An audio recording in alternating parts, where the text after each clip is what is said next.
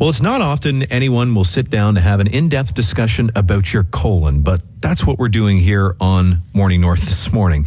That's because March is Colon Cancer Awareness Month. Colon cancer is extremely treatable when caught early, but it's the second most deadly cancer in Canada.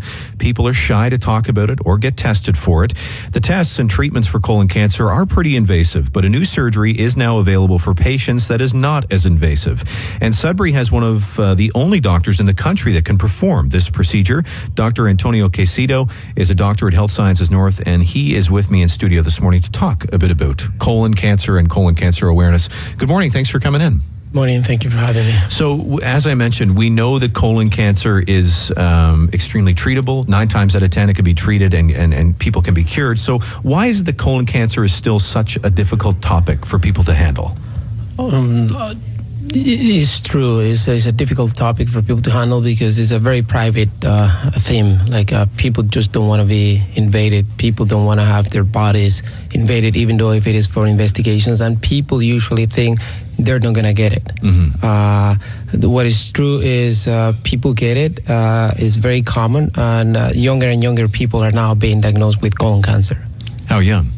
Yeah, like a recent study just published that 1 out of 7 patients are going to be diagnosed with colon cancer younger than age 50. Wow. And we've seen that trend. I've seen it. People in their 40s. I think the youngest person I've seen here is 27 years old with colon cancer. Usually, historically, we think of colon cancer as a disease of the elderly, and it's not the case. Why is it that people seem to be getting it younger and younger?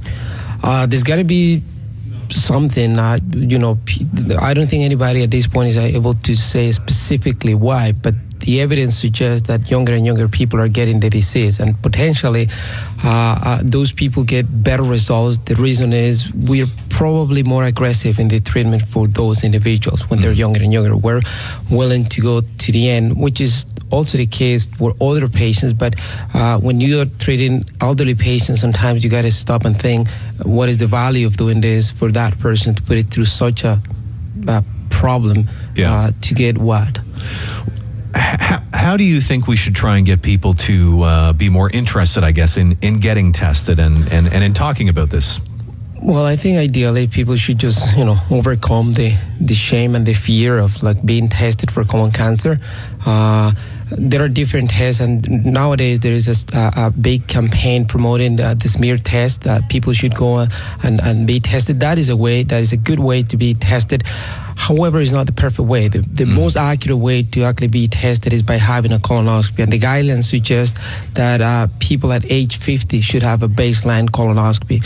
And there are different factors that are going to affect that. For instance, your family history. You're more likely to develop a lesion if you have a family member who is a first-degree relative of you that has been diagnosed with colon cancer, or if you had colon cancer in the past.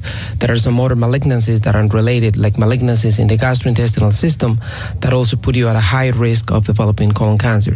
The lifetime risk of developing colon cancer is about 6%. That is the lifetime risk for everybody on average.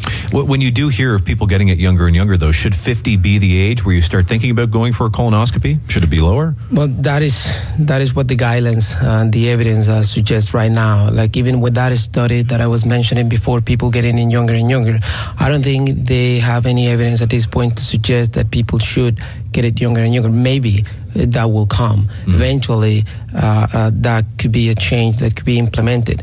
There is not enough resources and enough manpower to get everybody through a colonoscopy. That's why initiatives such as the smear test, the FOBT, fecal occult blood test, are good because they're cost effective.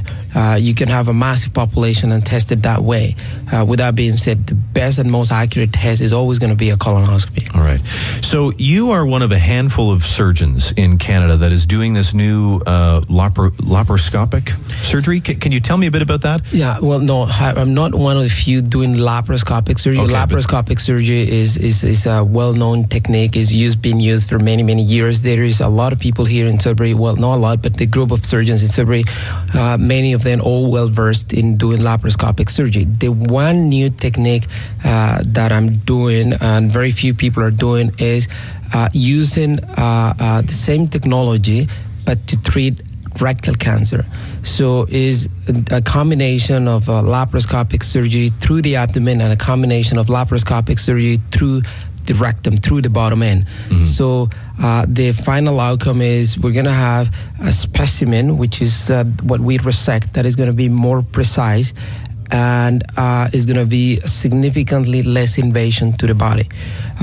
This technique is extremely challenging from the technical standpoint, to the point that very few centers in Canada are doing this, and we are one of those few, but it's specifically for rectal cancer. Right. I don't want to lift the idea that I'm the only one doing laparoscopic surgery, because it's not true. All right, but this type of surgery that you are doing, I understand it's not as invasive because you kind of make through 3 little holes in the stomach or a couple little holes in the stomach and then do it. That is correct, and we use a combination of a natural orifice, which is the anus. We do the operation when the patient is asleep. We go through those little incisions in the abdomen, then we use the anus to do more laparoscopic surgery, and then we remove that specimen, we remove that organ intact through the anus itself. So we use a natural orifice, and you see at the end the outcome is the person is not going to have really any big incisions. That's big because pain is going to be minimal, invasion to the body is going to be minimal, recovery is going to be a lot faster, and the amount of time the patient is going to be in hospital is minimized. Like recently we've seen people that stay in hospital 2 days. That's like absolutely crazy if you go and look at what was the historical for patients going for these type of operations in an open fashion before. 2 days in hospital, which means you're going to be back to your normal life way sooner. You're going to be a productive member of the society way sooner, and the rate of complications, provided everything goes well, is significantly less. All right. Appreciate you coming in this morning. Thanks very much. Absolutely. There you go. That is Dr. Antonio Caycedo, and he is a doctor at Health Sciences North here in Sudbury. March is Colon Cancer Awareness Month, and it's suggested that you do get tested if you are above the age of 50.